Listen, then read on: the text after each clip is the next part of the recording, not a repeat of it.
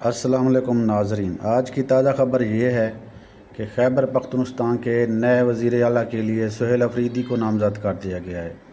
پاکستان تحریک انصاف کے بانی عمران خان نے خیبر پختونخوا کے وزیر اعلیٰ کے عہدے کے لیے سہیل افریدی کو باضابطہ طور پر نامزد کر دیا ہے۔ اس فیصلے کا اعلان پارٹی کے اندرونی مشاورتی اجلاس کے بعد کیا گیا۔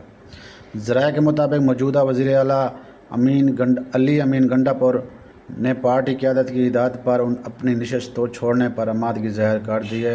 عمران خان نے نئی قیادت کے طور پر سہیل افریدی کو اعتماد کا اظہار کرتے ہوئے کہ یہ صوبے میں گڈ گورننس اور ادارہ جاتی اصلاحات کے عمل کو تیز کریں گے۔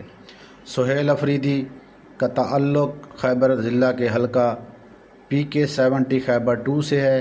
وہ نوجوان قیادت میں شمار ہوتے ہیں اور اس سے قبل انصاف اسٹوڈنٹ فیڈریشن ISF کے صوبائی صدر بھی رہ چکے ہیں۔ وہ صوبائی حکومت میں وزیر اعلیٰ کے معاون خصوصی برائے کمیونیکیشن اینڈ ورکس اور بعد ازاں ہائر ایجوکیشن کے وزیر کے طور پر خدمات انجام دے چکے ہیں۔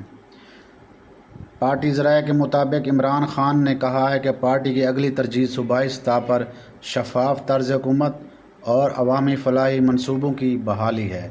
سہیل افریدی کی نامزدگی سے تحریک انصاف میں نوجوان قیادت کو آگے لانے کا پیغام دیا گیا ہے۔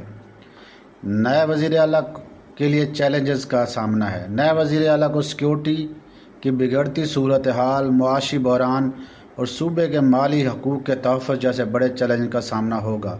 والسلام۔